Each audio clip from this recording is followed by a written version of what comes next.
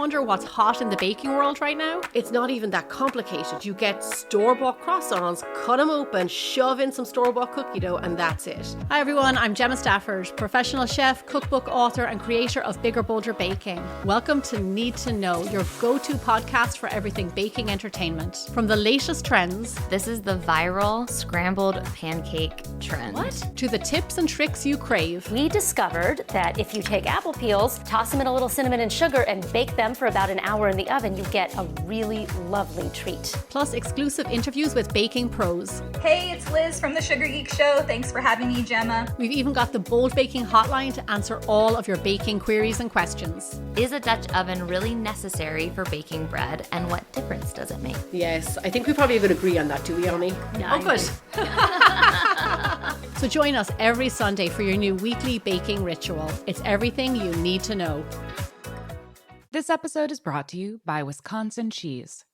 We've been making cheese in Wisconsin since before we were even a state, which may be one reason why we win so many awards for it. It's what happens when a whole state dreams in cheese. Find your next favorite cheese at wisconsincheese.com. You're listening to Heritage Radio Network.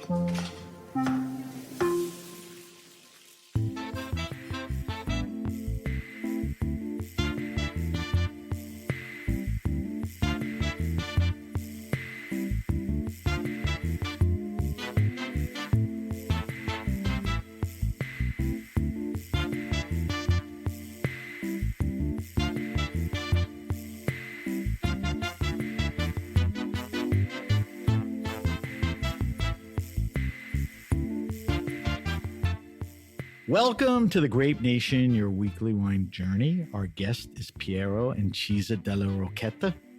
We'll talk to Piero about Patagonia, Chakra, and a lot more. Piero pulled out a Bodega Chakra Pinot Noir for us to taste during our weekly wine sip. I'm your host, Sam Ben-Ruby. Stay with us for the Grape Nation on the Heritage Radio Network. We bring wine to the people.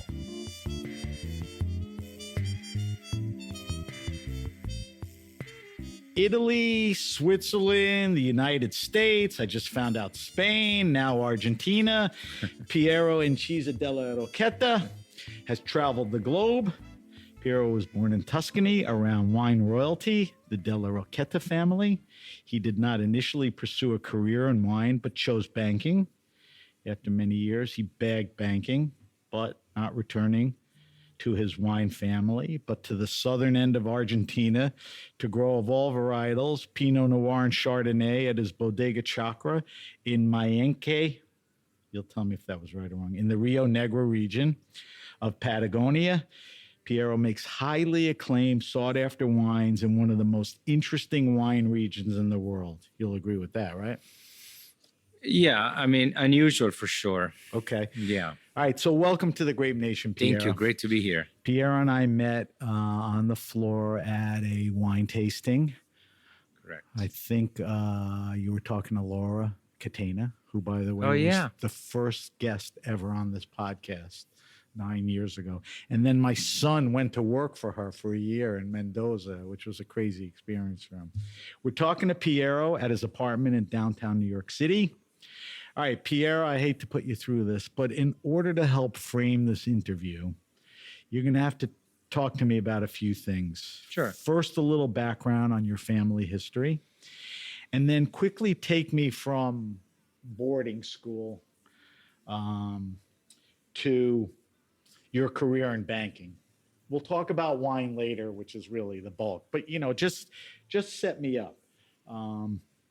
So born in Bulgaria? No, actually, I was born in Switzerland, believe it or not. Oh, you were? In 1967. And then I think a week after that, I was brought to Italy, to Bulgaria. Yes. So my childhood was primarily in Tuscany. Both of my family live in Tuscany, even though my paternal grandfather and my maternal grandmother are both Piemontese. But my grandfather married my grandmother, who's a Della Gherardesca and they had large land holdings in Tuscany.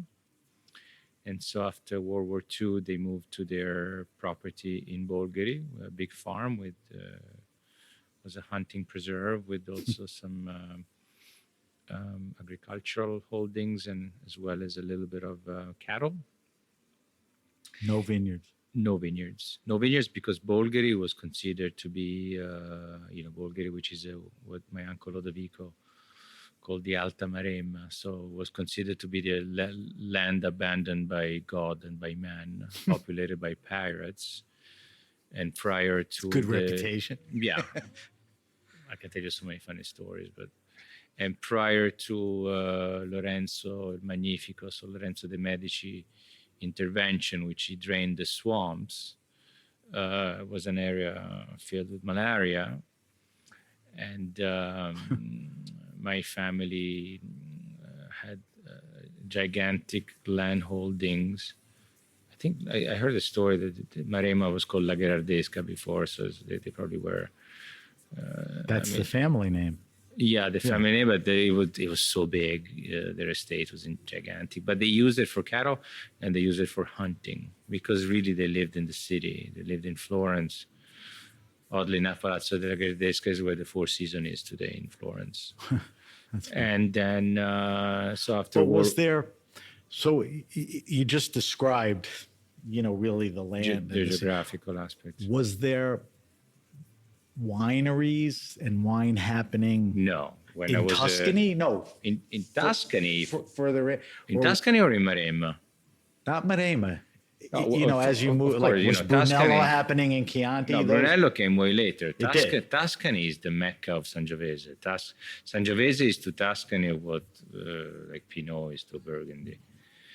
Right. Or Nebbiolo is to Piedmont, to stay within the geographical Italian borders. But so Sangiovese was drunk in the far west, to give you a little bit of an idea of in terms of American historical landscape.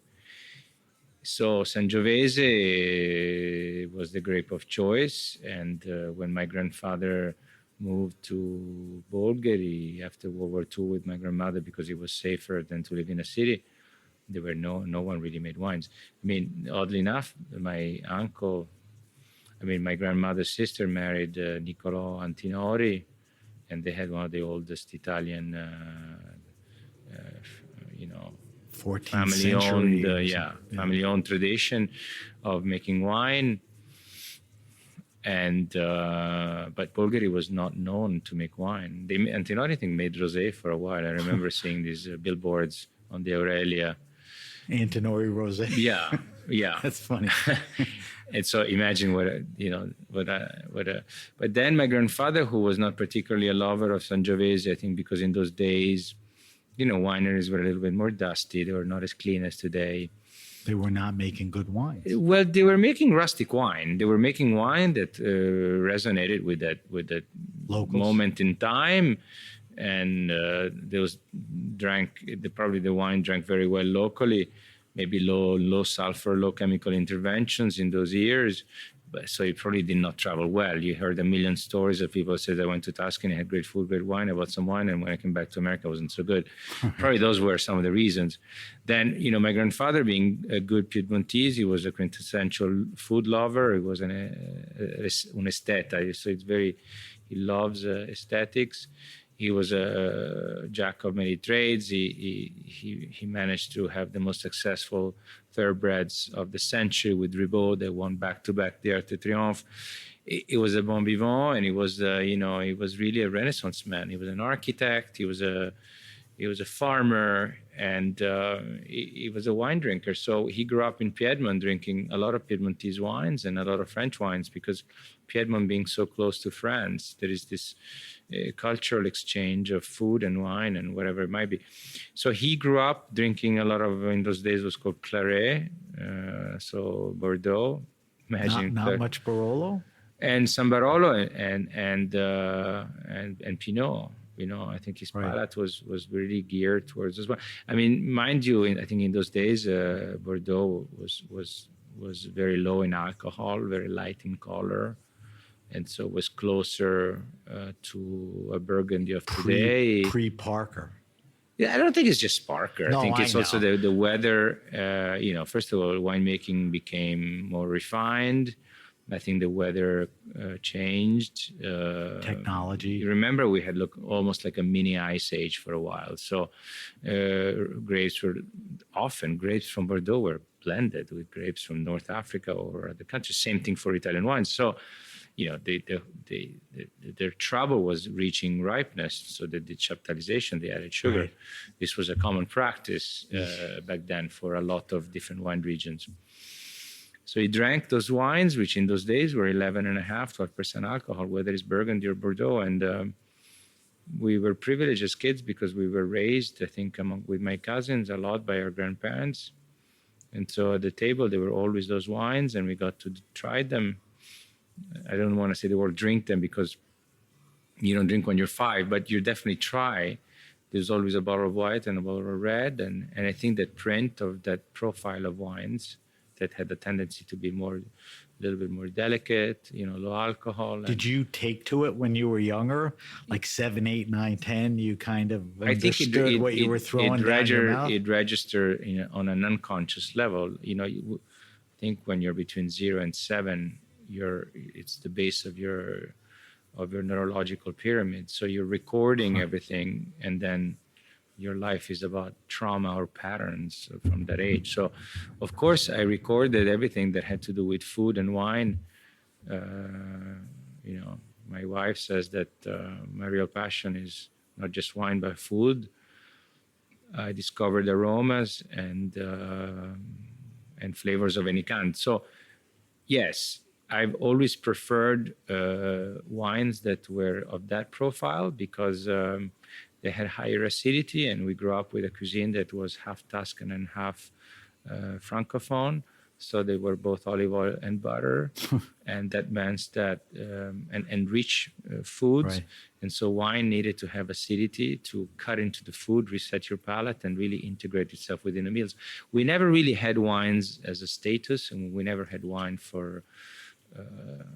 We never really drank sassicaia in a big glass swirling while we listened to Mozart and we write poetry. It was an element of a meal. Painting.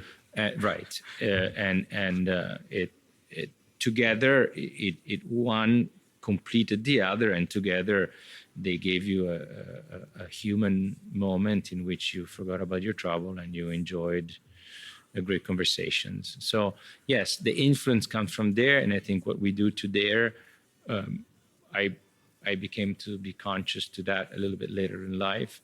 I'm doing nothing but I think replicating what I have witnessed and lived as a kid with my grandparents. So it sounds like your grandfather was a huge influence. Gigantic. Pretty awesome guy to be around. First of all, grandparents have the privilege of not being parents. Right. And so, but he was an incredibly intelligent man, very playful. He did great caricatures. He was very funny, great sense of humor, but incredibly cultured and very human. But not like erudite at another level. He was able to relate. No, I think he loved and he hated his nephews, just like any grandfather does, because they're rowdy. But my parents were fairly absent, and so they took over and they did an amazing job. Why were they absent? Did they separate? Did they travel? We were sent to boarding school very young. I went to boarding school. I was 12 years old. My grandparents also lived part-time in Switzerland in the winter and the summer. Which was a great thing for you. It was the best thing. So I spent... That may have saved you. Yeah. But again, I think it's a privilege to be raised by grandparents. They don't have the same pressure parents do. Yeah. They're slightly more mature. But you caught a break. I mean, you had special grandparents. Listen, the model of grandparents I agree with. I caught a break at birth. Okay. Well, yeah. When you by the way, being born on Earth is a break, but then you take it to the next step. You're white. B, you're a man. Then you're a European. Right. Then you're not. You don't have financial pressure. Right. Well, the fact that you note it and you understand and appreciate it is a nice thing too. I just want to get out of the past a little. So this whole wine thing starts going within the family. You go to boarding school. You talked about why you get out of boarding school. Seems obvious that maybe the family wine business could be a good option, but you go into banking. Is that like a contrarian move? No, is the it was family so untenable that I wanted to be independent. I wanted to be financially independent for the right reasons, or just like I don't know. You didn't know that. Even though I have years of therapy, I haven't really thought about that. But I think I wanted to be independent and make my own money and just because it's freedom. So after I finished my degree, 5 days later, I was already working in a Swiss bank in Geneva. The degree was in Europe, right? Because you came to school No. First of all, I went to boarding school in Switzerland. I was 12 years old. Right. I graduated at 19. I got what the French people call a baccalaureate. And within a week, I was working in the bank. My ancestors were bankers. In fact, my great-great-grandfather is buried here on 2nd and 2nd in the Marble Cemetery. Is that the Antinori's? No, his name, actually, we all benefit from that. What? Moses Taylor's bank. He was a New York banker. Oh, really? Which also my ancestor and the Antinori's ancestors, the two Della That's a good story. girls had an American mom called Harriet Taylor. And their dad was Moses Taylor, who was like a New York industrialist. And he laid the first communication cable between New York and London. He founded a very prominent American bank. Very notable. Yeah, most importantly is the cash injection into my family. That was very notable. So that was, that's why I called my son Rio Moses Lodovico, to thank good idea. What we benefit from. But and also in my mom's family, the Corsini, they were bankers. They were Florentine bankers, and I thought that was the road until I realized. So how long were you in banking?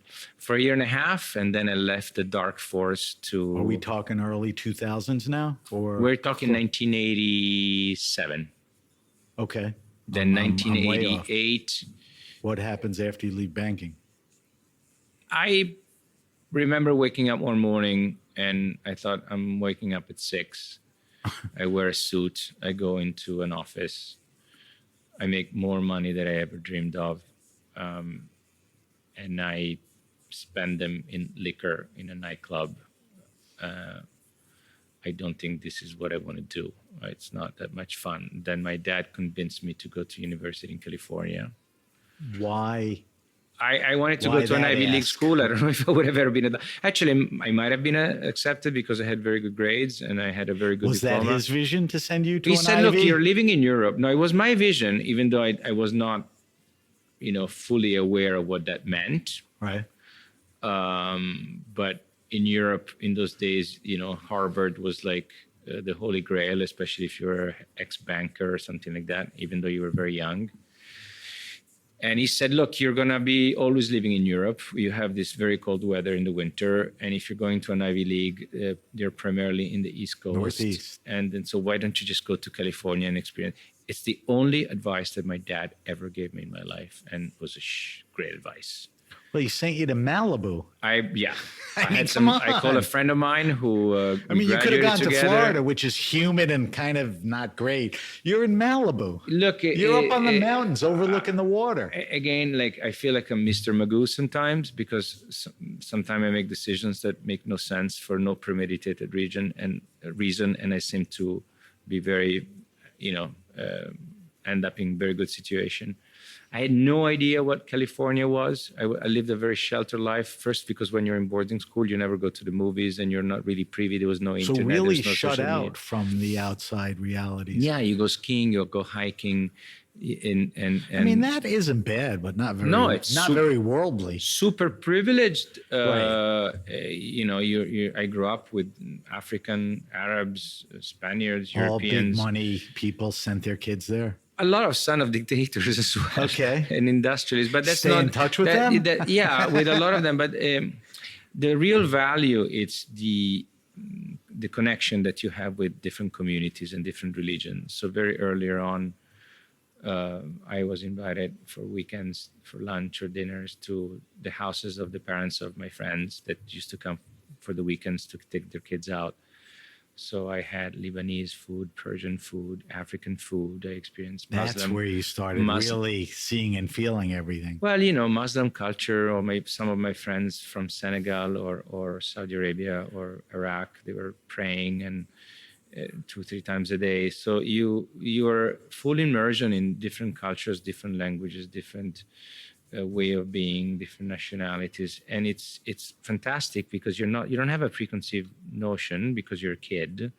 You don't really judge, and you are taken in as you're one of their own because my parents wouldn't come, so you're invited in their homes. It's amazing. So you realize that at yearling, we're all humans struggling to raise their kids, feed them, work, but that's an interesting path. It's a privileged one in which at a very young age you learn how not to judge because you're... But I was just going to say, you say you learned not to judge. Some people, innately judge. I would argue that anyone that has been living in close quarters with people of different races, different colors of the skin, different nationality, different ethnicity, different religion, they stick to one another because that's the herd. Right. That's the pack. It's people. And you are together. I don't want to say against the war because nobody's against anyone. But for instance, when you go to play soccer against another school. It's you against the world. It's your crew team against the world. And your friends are all nationalities. The Africans were always bigger and stronger than the others, the Arabs, So it's a team. And you behave as a team and you're brothers for life. So it helps you because as you move on in life and you travel the world, you relate. You're not afraid, and you relate, and you see the customs, and you appreciate them from what they are. That. You don't want to impose your culture because you realize your culture is just as good as their one. Right. Actually, sometimes their food is superior to yours, or their family is nicer to yours, or their habits are more civilized than yours. Right. I've learned so much from African people, and in so many levels, their family structure, I found it to be so much more functional and civilized than my own. Well. And so I think most people would say that, but it's nice that you had the opportunity to be exposed to that. Tell me about where we're talking about now, how time goes by, and is there some interesting stuff in between, or is there this pathway or gravitation to wine? It's like, where does this wine thing start? When I decided to go back to Italy, because my uncle who was running Sassicaia said, "Look, your mother just inherited this few farms." Nicolò. Right. Nicolò said, "Look, your mother just inherited these few farms. There is olive oil production and wine production. We would like for you to come back here and help her retool the company." And what year is this? Maybe 95, 96. And is Sassicaia not made then, or was? But Sassicaia was made, but he was running it. Sassicaia is not the only thing that my mother's had. Sassicaia is from my father's side. Right. This new land holdings were on my mother's side, the Corsini side. And my grandfather had died. They split they pulled you back for the new holdings from your mother, the olive trees. I got you. A lot going on, right? Yeah, and so he put a team of people to help me out. Takis was one of them, which was the enologist of Chuck, and then Takis' team. There was the other guy, a new guy called Marone, a very nice, brilliant enologist. And the need was because our distribution in Italy and some other countries was looking to expand into white wines, and these estates were in Umbria, and they were producing white wine. So I went back and sort of restructured the company. We started bottling the wine that was sold in bulk until then, for the most part. Restructured the vineyards, and but I was more. Were you learning as you were going? Or? Yeah, absolutely. I'm still learning as I go. Well, we always do, but it sounds like when you got there, your body of experience, wasn't as heavily into what you were doing. I was privileged because I live within an ecosystem in which we have. You had that advantage, but you still were making decisions and day to day. Well, I never, even though I am very opinionated, I like to make decisions within a group. I surround myself with people that always know much more than me. And even though I have a specific palate and I know what I want, You defer. I don't defer. You listen. We come together, we taste, and we go through the process together, and we decide together. Then if we're stuck and it's my turn, I'm going to make the final decisions. But we have different palates. We see different things. Some people detect more volatility. Other people pick up breath more. Some women have a tendency to pick a whole spectrum of aromatics that they might not be as available to the male palate. So the team is always stronger than the individual. And I agree. This is how I learned to operate very young, because I was and I'm still very clear about my shortcomings and the things that I don't know. And I have a ton of curiosity, which allows me to also have a lot of fears and some sense of shame at times and insecurities. So my insecurities dissipate within a group because we can have an exchange, and then you grow, and then your palate grows, and those are all fair, emotions and reactions. And but it makes you stronger. It makes I agree. And the final but not product is everyone better. Thinks that way or could handle that. Well, I don't know what other people do. We're pretty much focused on doing what we're doing. So how long were you doing that? I was doing that for 3 years, and then I realized that I missed. I'm much more of an entrepreneurial person, and family business can be a little bit. But the opportunity seemed entrepreneurial. The situation wasn't. Like you were really building this thing up. I wanted more. But you didn't like the structure. I wanted more freedom. Right. I wanted more freedom. So what happens? I decided to move back to the U.S. Once the company was, the labels were created, the distribution was in place, the vineyards were operational, the team were strong, the winery was completed. I left. We entrusted the business to another cousin of mine, which my mother hired. And I moved to New York because I wanted to pursue a master's. Which you did, right? Which I did. And then NYU? I started to, and I started to really miss agriculture. This is what really hit me. I started to miss the aromas and smells of the vineyards. I started to miss. Was that childhood or that was childhood, and those were the 3-4 years, both. Yeah. I started to miss, the way the birds sing very early in the morning, the crickets. I started to miss the the condensation on the leaves, the briskness of the air in the morning, the smell of the winery. I started to miss the agricultural community. What did you study the master's in? Oh, I did. You had a chance to pick something that would have applied to your life and be practical, and you did what?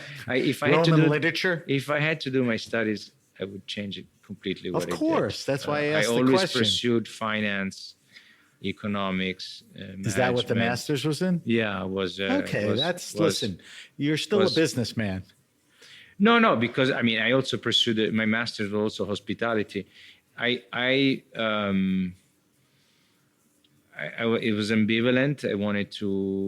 I was missing nature, and I was missing vineyards, and I was not so sure of what I wanted to pursue. But the fact that I was thinking about the winery and all those things, I decided to. This is then when my uncle came back and said to me, "Look, we need you to come back and work for the family, and we would like for you to oversee, to work with us." And then I made him a deal. I said, "This is the second time." The second time. You did the 3 years. Yeah, but this time, at the same place. Yeah, he said, "We need you to come and work for the family." And I said, "Look, okay for me to work for the family, but I don't want to be in Italy because I have a type A personality. I'm an entrepreneur." But you just said you wanted to see the condensation on the leaves and smell the air. Look, that's not New York. I told you that I was ambivalent as well. Okay. So I knew what I did not want.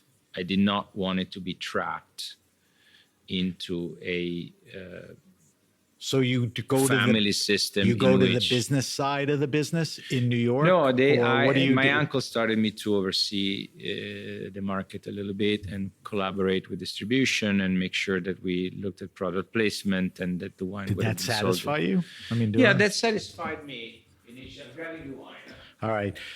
Piero just got up because he insisted the wine be chilled a little, so the freezer is like 12 feet away. That satisfied me.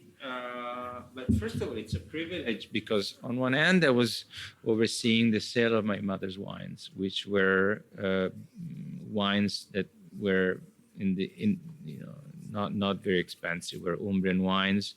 Good though? They were good. Made well? They were very well made, and they were good, and they were very inexpensive. And then on the other hand, I was doing the same job for Sassicaia. So I was looking at the complete spectrum of the market. In those days, I was still very young, so I was zigzagging the US, but also going to whether it was Scandinavia or Asia. And it gave me a little bit a glimpse of the other part of our industry, which is the commercial part, which is the relation with the restaurants, the distribution, the media, and collectors. And right. You got to get out there. Was Sassicaia then, or it was a building brand? No, Sassicaia exists since the 40s. No, but when you were working in New York, both. I mean, you know how revered I was working of a wine with a it is. distribution Was company. it then, or was building as a brand then? Well, it's continuously building this brand. I was working with another cousin of mine whose name was Sebastiano Rosa, who did a spectacular job. And no, I think we gave an incredible contribution to the brand and to the winery because it was not, it was very well known. But I think that through the work we did, we did our share in really bringing it to a lot of to the right places. You're young and you work a lot. You have a lot of energy. You speak several languages. You were educated in America. Both him and he went to Davis. I went to Pepperdine. We knew the market. Not afraid to work and travel. I mean, I was taking 130 planes a year. Jesus. So, but it's ecstatic. It's fun and so yes. And then. Did you have a good relationship with your uncle? I had like if he called upon you to come back a second time and you went, I mean, obviously. I resigned 3 times from my family company. Okay, so there's a little of everything in there. My uncle was one of the most influential people in my life. I learned a tremendous amount from him. I'm also. Did he have a lot of he was also and shortcoming things on the side? We all have negative shortcomings. I know. I don't know anybody that doesn't. Drive you. I think that my uncle was maybe the best ambassador for the time in which he operated the company. A very humble man. He did an incredible work for the Italian industry because he managed to. My family was the recipient of a private appellation, which is Bolgheri Sassicaia, which is a monopoly. So I think that the work that my uncle did is nothing short than pretty impressive, outstanding. Then he was also a very complicated man, and it's a generation of people that did not want it to. Did not leave much room for the next generation, and that I am more of an entrepreneur. I'm American educated. Wait, we're talking about the story, but what does that mean? He didn't leave a lot of room for the next generation. I think I understand the grooming. I mean, if it he didn't take time to. No. Was that a selfish thing or an unknowing thing? I don't. It defined selfish and also defined. Well, he wanted to do it himself. Bad delegator, wanted the credit, didn't trust anyone. Well, he ruled it with an iron fist. Okay. So it was his way or the highway.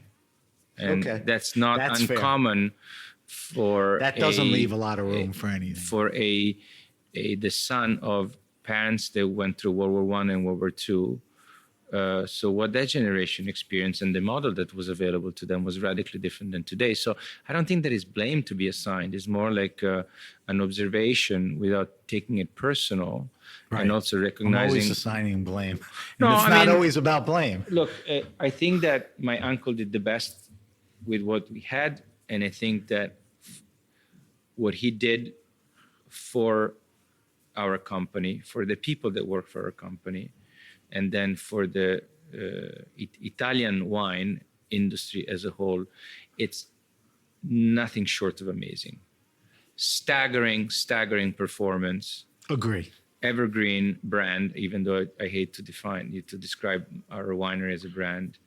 It showed an incredible, steadfast commitment, very inspired, never gave in to the trends.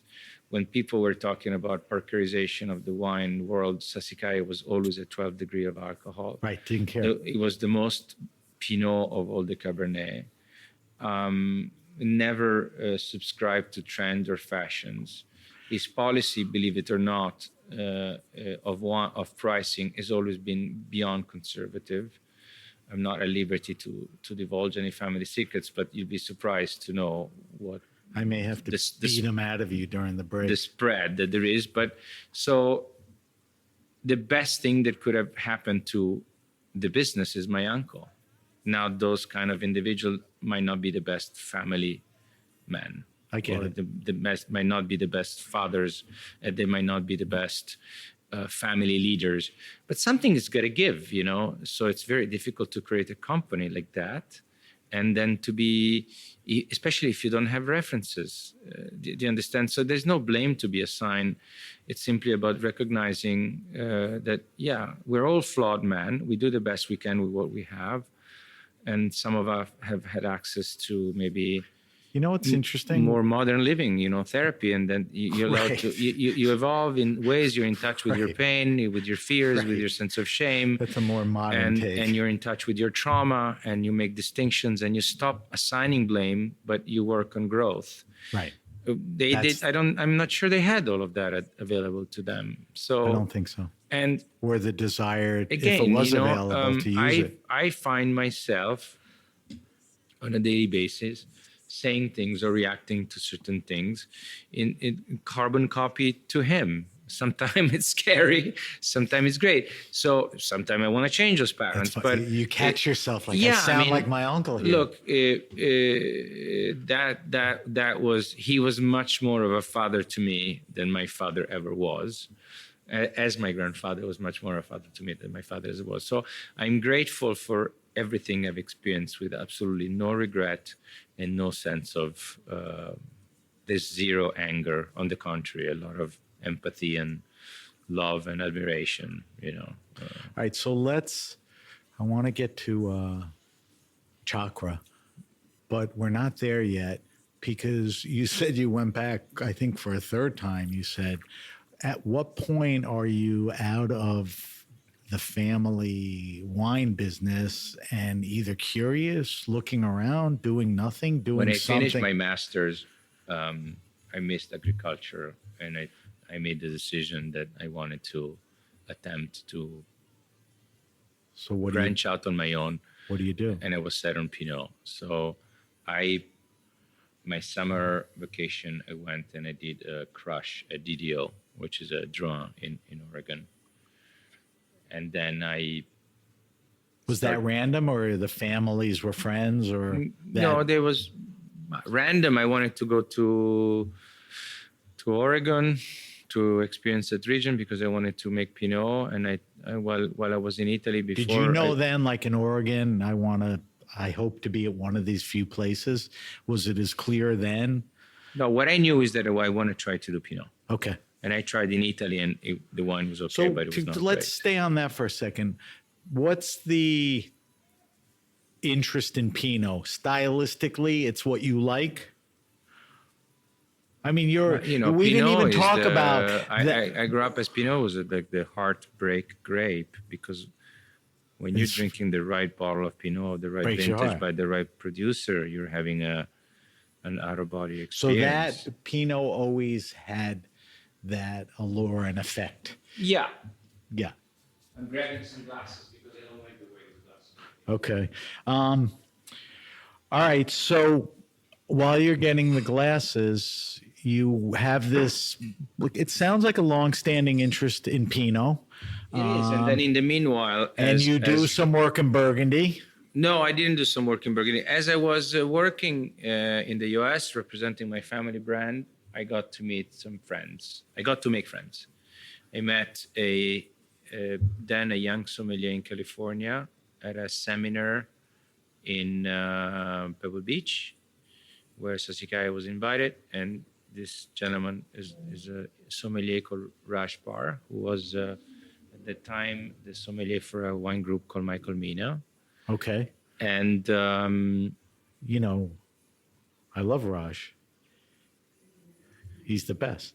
And makes a heck of a Pinot, too. He makes a heck of a Pinot, not just Pinot. Well, now he's like Nymphia and Trousseau. No, but anyhow, so traveling a lot, we became friends. So Raj had an effect on you early?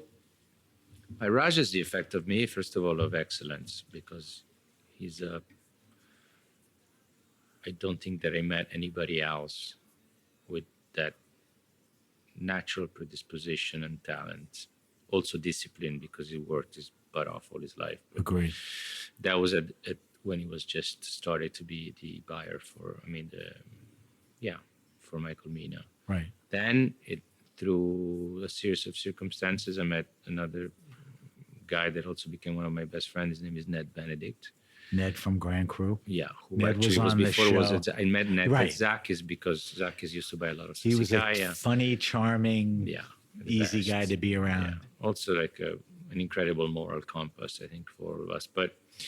And then, so the three of us start traveling a lot. Ned was a Somm, right? Ned was a Somm. He was a Boulay at first. That's where he met his wife, Jane. Then Ned was also a buyer for Zakis. And then Ned opened his own distribution company with Robert. Right. And with a hedge fund guy at the time. His name escapes me. But so the three of us started to, Raj was in California, Ned was here, I was traveling. So we started taking trips together. And basically I was the translator and the driver. And they were the buyers. And so we zigzag friends and met in Paris, went to the Tour d'Argent, and go to whatever, Champagne, Chablis, Burgundy, a little bit everywhere. And this friendship was like three kids traveling, drinking, eating, and having fun. And then some other songs would, appear here and there. I don't know. I remember like Richard Betts or Madrigal or a bunch of other people. Good people. Yeah, I mean these guys, they're very smart people. They devoted their life to a passion. If these guys went into finance, they'd all be multimillionaire. Instead, they chose to follow their passion, and I think the American industry and the wine industry as a whole owes them a lot. But aside from that, this is where we started. We became friends, and I became friends with a lot of producers, and then we started ending up going on vacation to them. That's how the Jean-Marc Rouleau partnership with Chakra started. Jean-Marc does all the Chardonnay at Chakra, and our team does the rest. I was going to ask you this later. He, he's a friend. He helps you with. Did he help you initially with like site selection or travel, or you did all that? No, I did that on my own. Yeah. I went to a Wine Spectator event with Sassicaia, and then we went to my cousin's house in New York. She held a private dinner for some producers from the at the Wine Spectator event. There was like a few wine critics. There was, I think, James Suckling. There was Eric Rothschild from Lafite. There were like from people from Piedmont, and she also had a winery. Noemi. Her last name is Marone Cinzano, and she used to own Argiano. They had the Cinzano company. They sold, and they kept some of their assets. Anyhow, long story short, one of the wines served blind was this Pinot from Argentina, and she had just started to make wine there with her boyfriend. And so the wine kind of stuck to me. I kept thinking about this wine, and I sent her a message. I said, look, I want to come and see, and I want to see if I can find some vineyards because Come and see you in Argentina. in Argentina, yeah. Because I went to Oregon, I remember Raj was already talking about California and Santa Rita Hills, but nobody was really making wine there yet. So I thought it was too difficult. Yeah, I wanted to land in a region that was already making wine. But Santa Rita was too difficult, and you're in Patagonia. But the difference is that yes, no, absolutely, and I couldn't really afford Burgundy. I realized that Burgundy, you have to move there, have a ton of money in the bank. It's a different whole paradigm. And it might take you forever to assemble a small amount of. It was expensive then, but nothing like today. Anyhow, so then I went to Argentina and managed to get together, thanks to Noemi, to a local guy called Oscar Ferrari, who had... Wait, Oscar who? Ferrari. Yeah. Italian? Italian Argentine, so he spoke Spanish, but he was an inspector for the government entity that regulates the vineyards holdings. And he gave me access to records that showed which farm had Pinot. And it took me like a few hours or a few days. So he was pivotal to you looking and discovering I was coming out specific information, as right? somebody that wanted to buy something. Right. And so he showed me all the chakra recording. Chakra means a farm. And so all the farms there have a number because the subdivision that was made at the turn of the century was in squares of 100 hectares per square. And so they assigned a number to each one of those farms. So you came in as an immigrant, they gave you a number, you went to see on the map, and that was your farm. And so he gave me all the records, and I went through all of them. And then I set aside all the farms that had Pinot. Is this days and weeks of? Yeah, I think it was. I can't remember, but it was a while. And then I went to see all of them, and most of them they had ripped out the grapevines. Yeah, because it's all ungrafted and It's also fruit orchards are prominent there, right? Yeah, and that's the flip side of the story is that as a vineyard becomes very old, it self-regulates and it produces, higher quality grapes, but it produces less. The yield drops. Just like a human, you shrink as you're getting older. You're wiser, but you shrink. So your words are wiser. You're more interesting, but you don't have the same capacity energy. And output isn't the same. Yeah, that's why athletes are so young. It would be great to be an old athlete. So having said that, I went to see them, and most of them being ripped out because they were too old and producing too little. And then I found this vineyard that was semi-abandoned, had weeds up to my mid-waist, but the plants were very old. So I went to see the owner, who was like a scene from a Godfather movie because he's a heavyset guy, Italian, with a huge straw hat and surrounded by stray dogs that were all barking and trying to bite your ankles in the shade of like a fig tree. And like the Godfather movie. Yeah, and we spoke for a couple of hours, and then we came to. Did you connect? I mean, we in connected. the end, was he I think approachable? Connected because I liked him, and I think he saw some of himself in me, and he said, "I'm not going to sell you this land because they're going to rob you blind." And you're going to leave this country in 5 years with not a penny, with the tails between your legs. He was not that wrong. I had great people that helped me survive in the difficult years I'm there because, inflation and the social, political, economical landscape was challenging. But we managed to rent the vineyard. And initially I rented a butcher's truck that was refrigerated, and I went to, harvest the grapes. The birds had eaten 80% of them because the pigeons got there before I did. Oh boy. And then Noemi with her partner, which had started his winery, landed me one vat, and her partner, who's an enologist, helped me out in the process of fermentation. And we produced it. The first year we produced 1,330 bottles. What year? 2003. Yeah. All right. So let's take a quick break right there. and then we'll You have get. to try the wine. Now is it the right I've been temperature? drinking it the whole time. No, you have to try it. I'm going to keep drinking it. Let's take a break. We're talking to Piero. We're going to come back and we're going to get into the vineyard, the wines, the area, how he does it, his practices. And then we're going to taste the wines and we'll talk about them a little more. You're listening to the Heritage Radio Network. We'll be right back. This episode is brought to you by Wisconsin Cheese. There's a reason when you think of Wisconsin, you think cheese. Cheese is a huge part of Wisconsin's history and future. In Wisconsin, the state of cheese, the tradition of cheese-making excellence began 180 years ago, before Wisconsin was recognized as a state.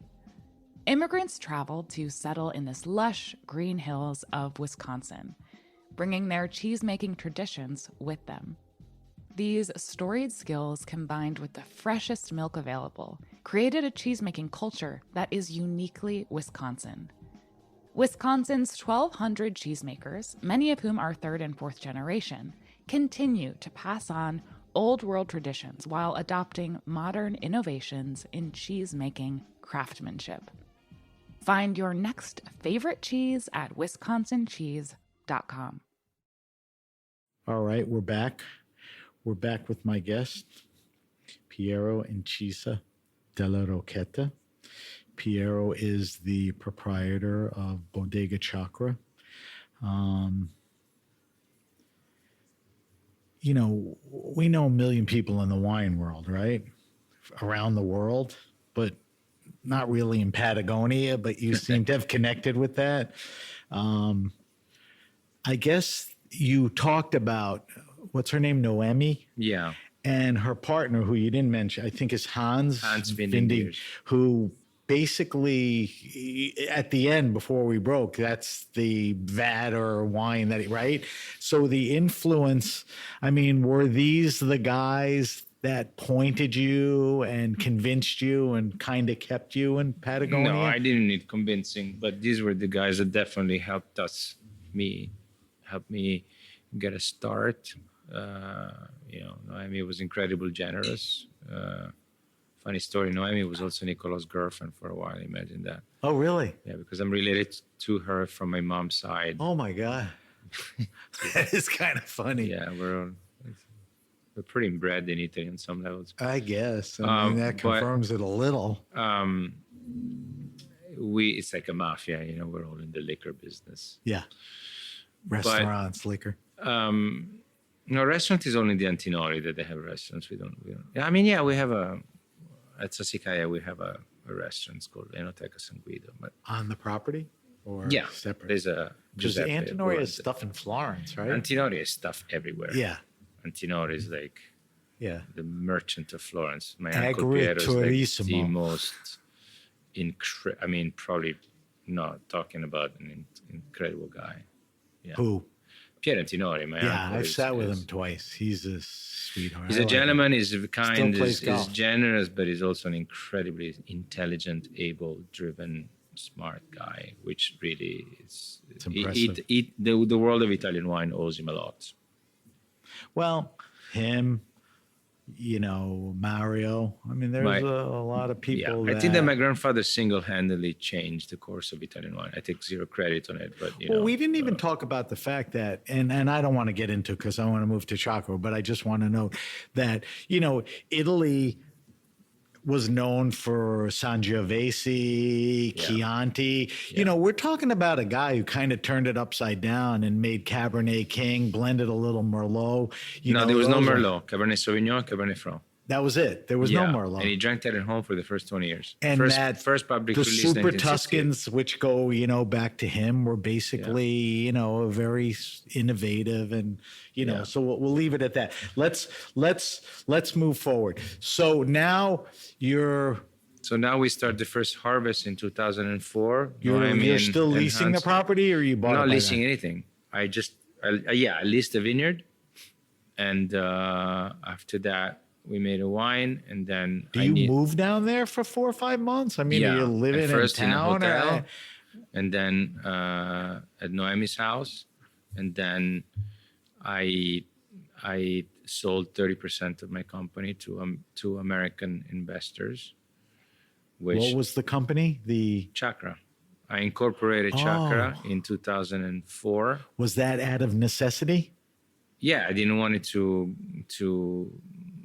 Nicolò, my uncle, wanted the family to be part of the business, but the way to keep him out was to go to investors other than him, correct? Money is just money. It's a product. So you got to look for the product that has the cost. You got to look for the cheapest cost of that product called money. So what I mean by that is that family money sometimes is much more expensive than the money itself, because it comes with a lot of strings attached. And if it's in the same business, they might end up telling you what to do, how to do it, and you might never see the end of the story because they can be short-sighted and so I did not want it family money. I remember that I was in a car with my uncle going from Florida. I don't think I ever spoke about this story, but from Miami airport to Naples for the Naples auction. And the Wine and Food Fest auction. Yeah, and he said, Noemi told me that you're starting to do a wine in Patagonia. He had no idea. No, I didn't tell this to anybody. He didn't have an idea from you. He heard it. No, I didn't say this to anyone. I didn't want, when you're starting a project, everybody wants to give you their idea of what you should do. You weren't interested. And I think that it was already to make a Pinot in Patagonia, in a country like Argentina that has no cachet among collectors. It was already so difficult that I didn't want it to have molecular comments, iotas of comments from anyone that could have distracted me or made me change my mind or maybe planted some seeds of insecurity. So I didn't speak about it to anyone. Anyhow, so in the car, I said, just let me know how much money you need and I'll have the documents drafted. And I'm like, and then what? No, and then the family is going to finance you. And I said, no, I don't need money. I don't need money from the family. Did you have the investors at that point? Yes, I did. Okay. And I said, I already have investors. And I had a lot of people that wanted to invest with me. But then again, you can either get investors from like a rich banker, or you can get investors. Did you take multiple investments or from one person? No, the deal was one group? person. And then this person asked me if I was okay for them to sell some of their shares to their best friend. And so I got to meet the best friend. They're two of the most exquisite, elegant, generous gentlemen. It didn't just work out. It's the most amazing partnership anybody can ever dream of. To this day, they're elegant, they're intelligent, they're delicate, they are New Yorkers? Generous. Ex-New Yorker, one. But not Europeans. No, I did not. I love that class of Americans. I love that the Sam Walton or Warren Buffett type of personality. They're humble, they're intelligent, they're professional, they are good compass. There is a level of intellectuality on a human level. Yeah. With not a lot of ego, and they give me plenty of advice when I need it, and so it's an invaluable partnership that exceeded all my expectations, and they're so gentle and kind and generous. Sounds perfect. It was a benefit to the company because till today they didn't see a penny back. Granted, the investment was very small compared to the size of the company today, but they took a big gamble on me, and I was very grateful for that. I sold 30% to the company. They're still part of the ownership. Did you keep it at 30%? That's your only outside 30%, money? Everything else is you? Did Nicola go batshit when you wouldn't take his money? He was not particularly happy. Okay. But that was not something that didn't allow me to sleep at night. I wanted to be on my own. You were prepared for that. I wanted to create my own business with my own resources, and I wanted to choose my own partners. I am privilege to be born where I am. I had received a great education. My family has been incredibly generous, but I am my own entity. I don't see myself as part of a clan. I see myself as my clan is my team. Right. And my your friends. own thing, your own people. Yeah. Was the investment early on? I mean, you didn't Right away on the second You didn't vintage. wait 3-5 years. Okay. No, I don't wait because there was land to be bought. There was a winery to be built. So I work in a Swiss bank. I foolishly buy a lot of watches. Still? And no, I don't care for why I have a plastic watch right now, but I buy a lot of watches. Apples. And I come to New York. I go to the Diamond District. I sell 90% of my watches. Luckily, I had purchased very well. Are you still selling some? No, or you but got rid of most of them? when I went to boarding school in A Switzerland, Patek Philippe Aquanaut? let's not get into advertising for anyone, but I had a lot of friends that were jewelers. They were Lebanese jewelers. And so when I went to boarding school, right after I worked for a Swiss bank, I was able to buy a lot of watches at wholesale price because they were friends. Cool. And so were you aware of, what was hot, what was cool, what was I was aware of what I collectible? like. I mean, I bought a bunch of watches that today are considered iconic pieces, but it was the beginning with Gerald Genta was a designer, and he designed for Audemars Piguet and Patek Philippe. And I bought what I liked. I was lucky. It was worth a lot of money. And so I went to the Diamond District. I sold all of my collection. And with that, I founded Chakra. That's crazy. And then after that, I raised more capital and I sold 30% of the company to these two Americans. And with that, we built the winery and we bought the remainder of the land that I hadn't already bought by myself. So at the point you're talking about now, sounds like everything is kind of set on the business side. You have the money, you have the investors. We have the money with the investors. The wine is coming along. We're a long way because we wanted to decompact the soil so that the root system can go a little bit deeper. So we're going to get into that. I don't want you to jump ahead, but just tell me. I want you to get me on the ground down there. Yeah, but only if you try this wine because it's a magic. Try it. I mean, you keep. Yeah, but this is the right temperature. Pour me a half a keep giving me these. I'm giving you what the industry refers to, the Ned pour. So a few things here. I mean, this is a very interesting story because it's, Argentina, Patagonia. You've been there years. You've had, great acclaim on all of this. I want you to get me on the ground because very few people have had the opportunity, to understand your experience. So start with this. Talk to me about Patagonia geographically, culturally, and wine-wise. I mean, geographically, we are Patagonia, 35% of the Argentine territory. So it's a very broad swath of land. We're in the northern gateway to Patagonia, so we're in a desert. Way down the bottom is a glacier. We are in a village called Maique, and Maique many millions years ago was where the Atlantic met the Pacific. This is prior to the shifting of the tectonic plate that created the Andes. So we have a saline base. Then the tectonic plate shifted. The Andes were created. We're in the part of the wet Andes, so there's a tremendous amount of snow. And as the Andes snow melts over the course of millions of years, it created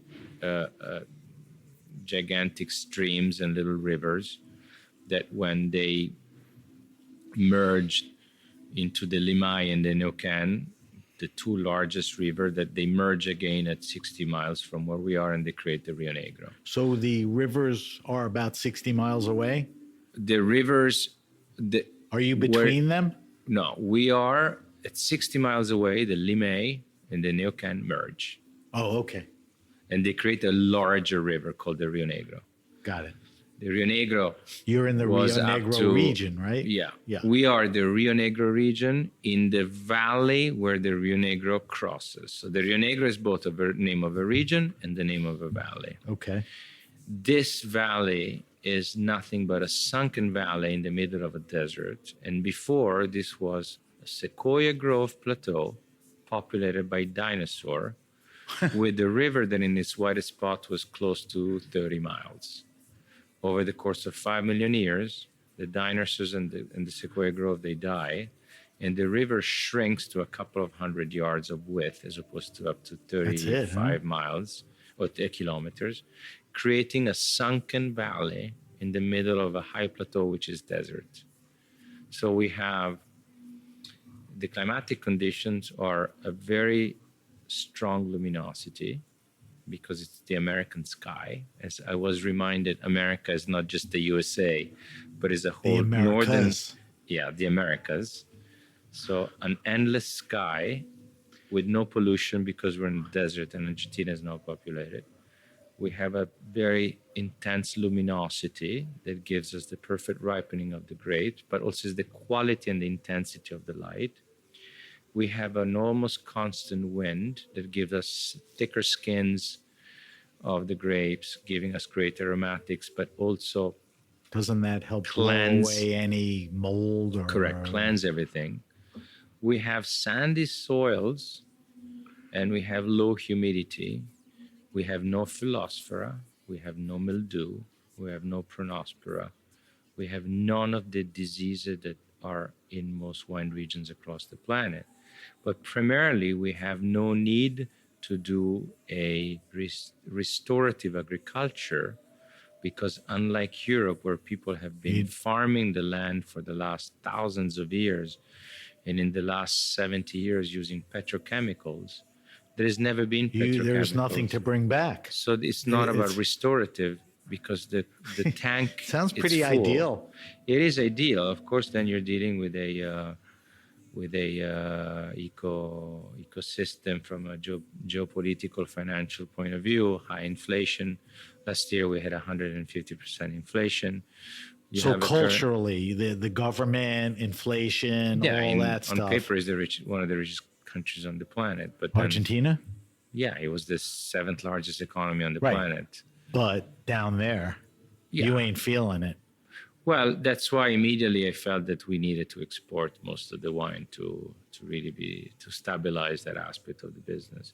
So our vineyards were planted. That surprises me. I mean, wouldn't that have been the plan anyway? That you thought you were going to build a winery down there and send the wines throughout the country?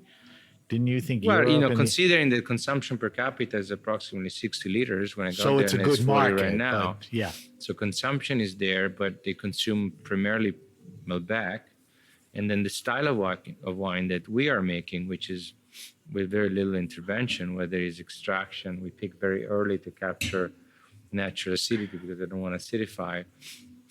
Right. So let's come back to that in a second. Let's talk about farming practices first. I mean, you made a commitment right away to biodynamics.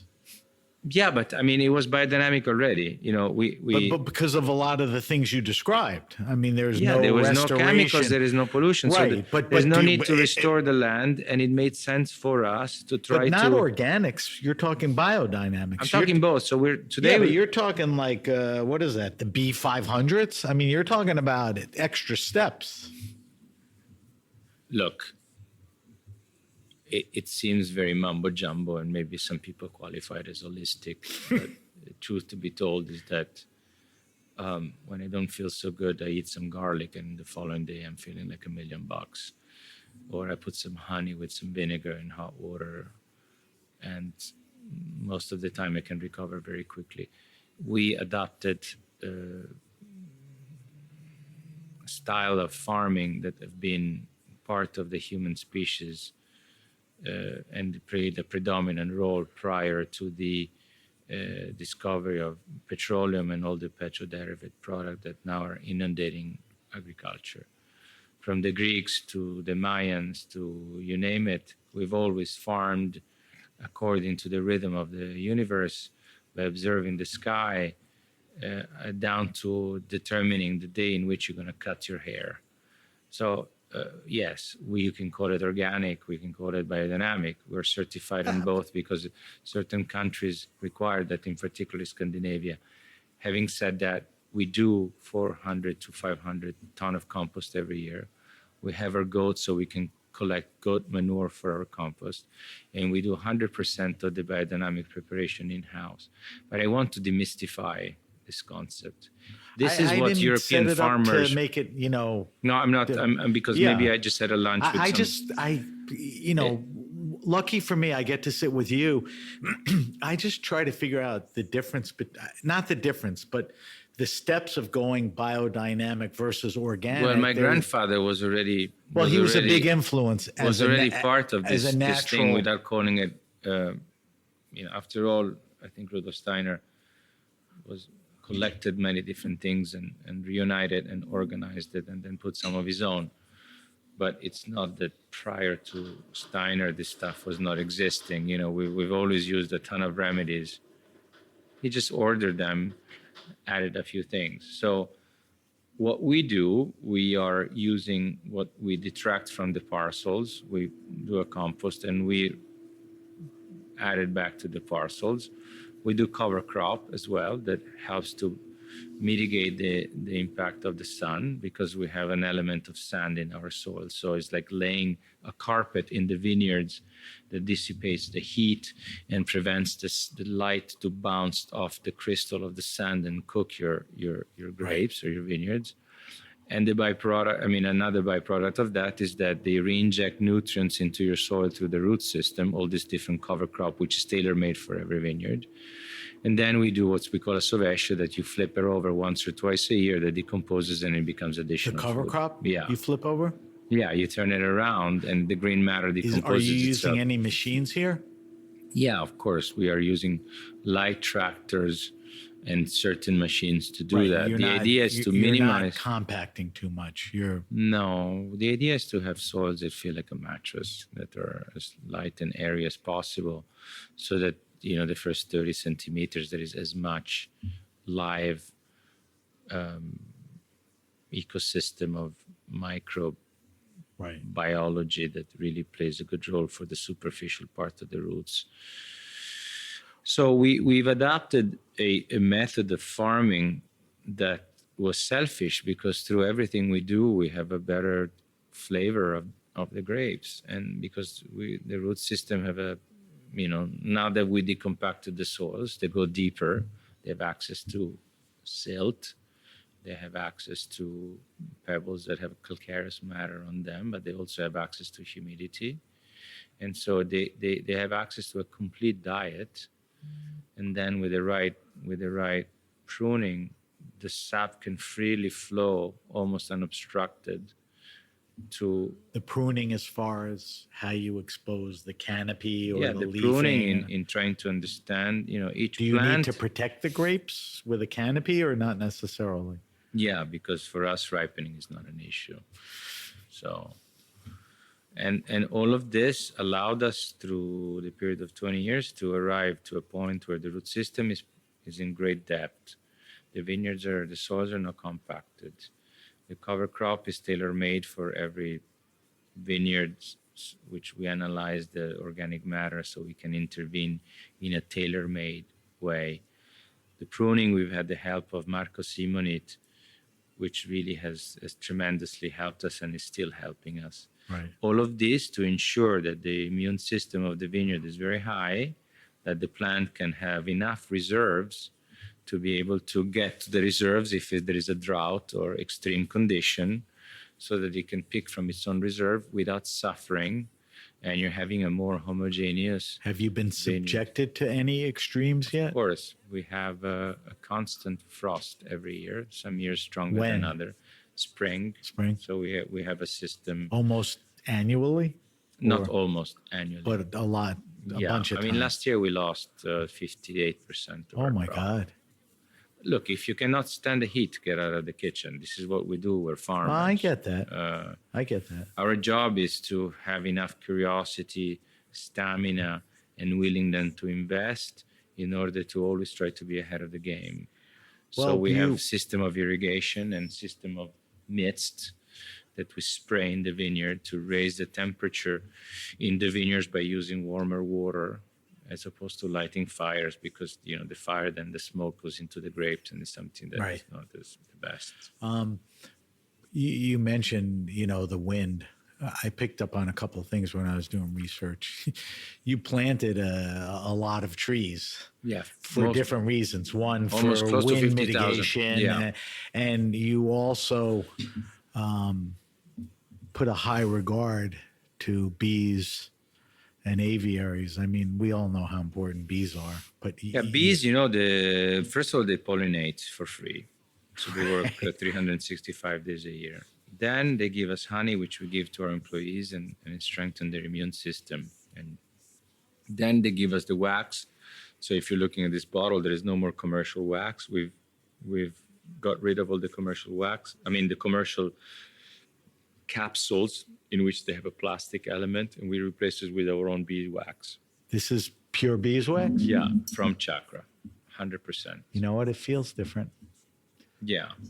It's more malleable. And so some people say, why don't you put color in it? They're missing the point. That's the real color. Is of that the natural color? Yeah. It's funny because the bottle is, the green tint, and it sort of is a gray green. The bottle, you know why? Because I use the cheapest, lightest bottle produced in Argentina. A very, very famous Argentine producer says that they like our wine, but they think that the bottles are crap. And I said, look. They want something fancier? Well, Yeah, because bottle is a everybody, big I think, thing is in the used to- ecosystem. Too much glass, too heavy, how it's made. But I want to There's think nothing about wrong with the that. sommelier's forearm on one end, and then Fair. the amount of glass that you're consuming, so to reduce the impact. So the glass is secondary, as long as it's dark, so the wine is a little bit protected. But if you look at old bottles from those prestigious vineyards, I very look at thin. this, I don't even think of that. I actually Look get at the a- Jefferson bottle. Tell me if it was a 5-kilo bottle. Well, Okay. And but this is I a get- Jefferson bottle. right. But I mean, look get- at the old bottles of Lafite or DRC or what. Anyhow, it doesn't matter. No, but I look at now at a big, heavy, clunky bottle twice the size. I'm like, that's a waste. It's a 750. Yeah, And my there's- job is not to criticize others, but it's just to try to be as conscious as possible and reduce the superfluous to the extent that we can eliminate the superfluous altogether. We're trying to, one of the rules we have at Chakra is to eliminate 5 things from the process every year. And if we can, more than half of these 5 things have to be petroleum derivatives. So the idea is that whether it's from our packaging or from our offices or whatever consumption, I look at the purchase orders of anything and I question my guys, do we need this? Do we need that? How can we reduce petroleum consumption? Because the biggest problem today, I'm not a Taliban. We make wines that are close. There is no tartaric acid. There is almost no sulfites. Chakra 55 is a total of 40 ppm. Then we make wine that are sulfur-free as well. Sin azufre, right? Sin azufre. But by the way, sin azufre, we put 3 to 5 ppm at Right. barring to protect There the is wine. technically- So I'm not a fundamentalist. Our job is to get rid of protocols and try to live at the edge of certainty. We can attempt to make wine with no little technology as possible and little chemical elements as possible, because we believe that the wine fulfill the criteria of flavors that we would like to see in a wine. And therefore, since we started this quest, I find that the wine are more transparent, they're more pure, the minerality or the verticality it's more present. They're lower in alcohol because we pick earlier. I don't want to acidify, so I pick earlier, Right. because our pH have a tendency to be very high. And so we pick very early. So we have to do wine more about infusion than extraction, because if you So break your explain that pips, to me. What do you mean by infusion, not in extraction? I mean, of course you extract Right. no matter what. But when I designed the vats, and by the way, it was a stroke of luck, because a lot of we things talked about the farming. Let's get in the cellar. Yeah, so we pick you very have early. certain vats, and you have these shallow tanks. Very Just take shallow. me inside the facility But for a second. the facility seems like a very modern winery because of its shape. In reality, there is zero technology and is a gravity winery. Okay. The idea of the shape of the winery, it's done so we can operate without electricity for 3 days and still make wine. Because when I got there, Patagonia had huge electrical cuts. And before I discovered generators, would happen when Jean-Marc got there, because he goes, and now? I said, now we have no electricity. He goes, well, how long is it going to last? I said, I don't know. He goes, but I'm about to press, it's going to oxidize. And I said, you cannot press without electricity. He goes, what happens if it happens while I'm pressing? And I felt, it was like a Mr. Magoo moment. Right. And so the following year, when Jean-Marc came back, we had generators. But basically, the vats are round in shape. They're made of cement. They're custom made. They're very, very, very wide. So if I open my arms, I cannot touch the edges of the vat.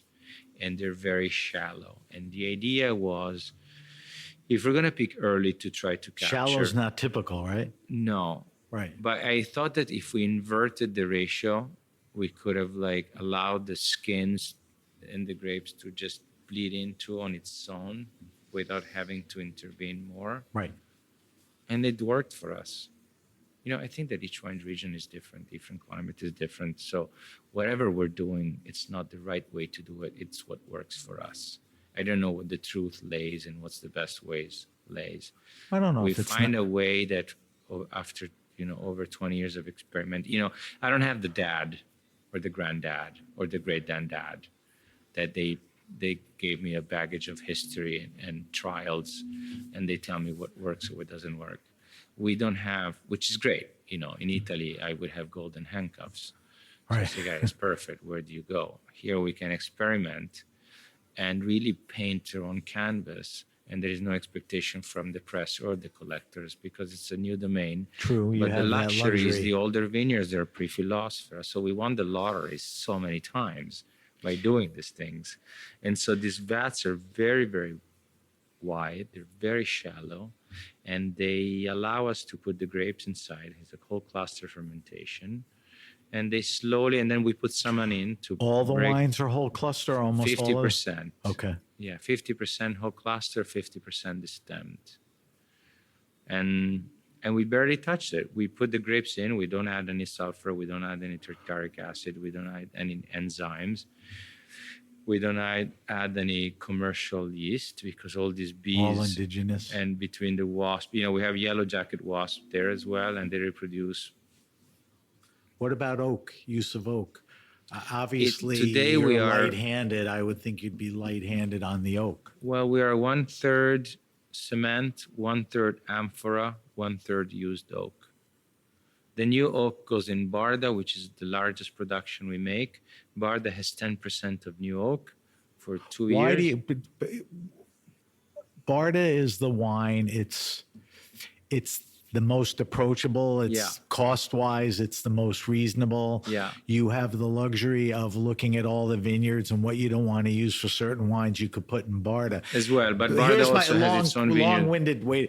Do you use oak because that helps something like a Barda, which is younger, to be a little more complex? First of all, I want to say, I'm not against sulfur. I'm not against anything. I am. You never indicated you were. No, but I'm saying so often when you get into this world of sulfur, no sulfur, this and that, people interpret you to be one way. I love sulfur. I just am against protocols. It's raining. I'm going to take an antibiotic. No, I'm not going to do that. Oh, the grapes are coming in. Put some sulfur in the vat. Our microclimatic condition give us grapes of incredibly pristine quality. So it would be foolish to intervene where you don't have to. And this is what we do. Now, Barda is for 80% is a vineyard that is 25 years of age on sandy soils. And the remainder 20% is what we often declassified, even though we don't have appellation. So declassification is not the correct word, but we declassify from the top cuvée. We do top-down wines at Chakra, not bottoms up. So whatever doesn't make the cut of the vineyard of 32 in the 32 blend goes into Barda.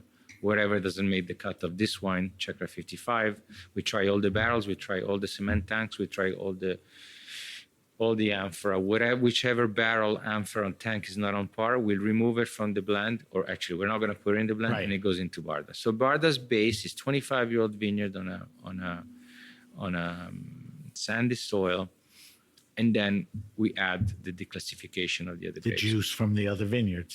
Slowly, at first it was all oak, but then I start picking earlier and earlier and earlier and earlier. And by picking so early and using such little sulfur, my malo starts right away. So by the time we go into élevage, malo is finished. And because malo is finished right away, I realized that the élevage all in oak for 12 to 13 months was making the wines tired. It was after a while, I felt that the energy was decreasing. And so I started introducing only used oak. So I stopped buying barrels. I kept the one I had. And then I thought, still the oak is there. So what are we going to do? Let's try cement. So 10, 20, until now, finally, we got 50% cement for Barda and 50% used oak of 2, 3, 4, 5 years old. But also of the percentage of oak, so the 50% of oak that we use, 10% is new. Very small. So in the overall and why is new? 10%. Because Barda is curing the oak for the top cuvées. Because when you're making wine at 12% and malo is finished, and you're going to élevage, if you're putting new oak, is gonna at 12%, it's gonna mark your wine too much. And we don't have the terroir for that. It's sand and silt. Okay, we don't have the same low pH as Burgundy. So our requirements are different. And so we approach it this way. Also because I like wine to be floral, delicate, transparent, mineral. They're always at 12% alcohol most of the time. So they cannot withstand. So it's light toast, 36 months dry age. And typically this has 30% oak. So Chakraship 55 has 30%, a third is oak and is all used. The 30% is all used. No. 100% of the oak that I use in the blend is used oak. Got it. But the blend will be a third wood, a third cement, and a third. So when we taste the cuve, not the vat of 55, that is the most floral and delicate, is going in cement. So it preserves the crunchiness and the floral. But I have a aspect. question on the cement. I read somewhere it's epoxy line cement. Is it? Yes. Then it's not cement. It's a different surface. It's a surface. Do you understand what I'm asking you? Yes, Don't totally. people age in cement? No, we don't, because we're afraid that the micro, the so bacteria. you cover the cement tank with an epoxy. They come like that from factory. Okay. And so basically there is no micro-oxygenation. There's no. Right, which I understand It's that. not I'm not judging or anything. So we're going, this is why the most floral batch, the most delicate, most likely the lowest in alcohol is going to go in cement.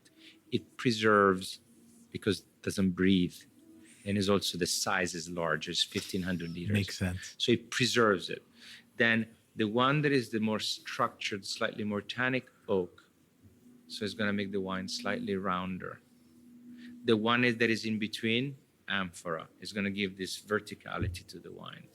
And then when we blend, we have these three elements, and this is the result.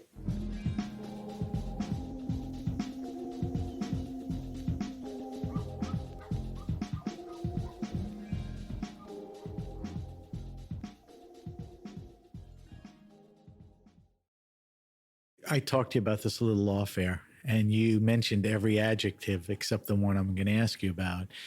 I told you, I've been drinking these wines for years, 3 or 4 different vineyards. There's a savory quality. Yeah, it comes from the soil. The saline basis from the Atlantic and the Pacific. We were sitting on top of an ocean that then became a river. So the savory is salinity? Salinity, exactly. Okay. And that's the soil and the region and Yeah. all that. And is it fair to say that's a distinct quality of your wines? 100%. Okay. I think the other one is the crunchiness that comes from the light, the wind, the energy of the... That's Raj Par's favorite word, crunchy. He loves But it is crunchy. No, Look, I know. We're looking... When you hear it from Raj, it's a Yeah. great, They have to Because be this wine's crunchy. crunchy. You know, it has to be. The stems, of course, help too. Yeah. All right. So we talked about three wines, but we're drinking the 55, 55. 2022. There's the what is it? The 32. The 32, which is the 32. So it's top down. So our top cuvee is a wine called Chakra 32. 32 means 32. That's 32 the oldest. It's a reference of the year of the planting. Of course, it's a little bit of a lie. Why? Because these are field blends, and also vineyards. We're not in Europe where people had money. So here, whenever plants were dying, they replanted plants, not whole vineyards. So the beautiful thing of this is that we have a complete village. There is the adolescent, there is the little baby, there is the aunt, there is the dad, there is the granddad. It all contributes. Well, you know, it to the adds to family. the complexity, and also the fact that it's Moselle.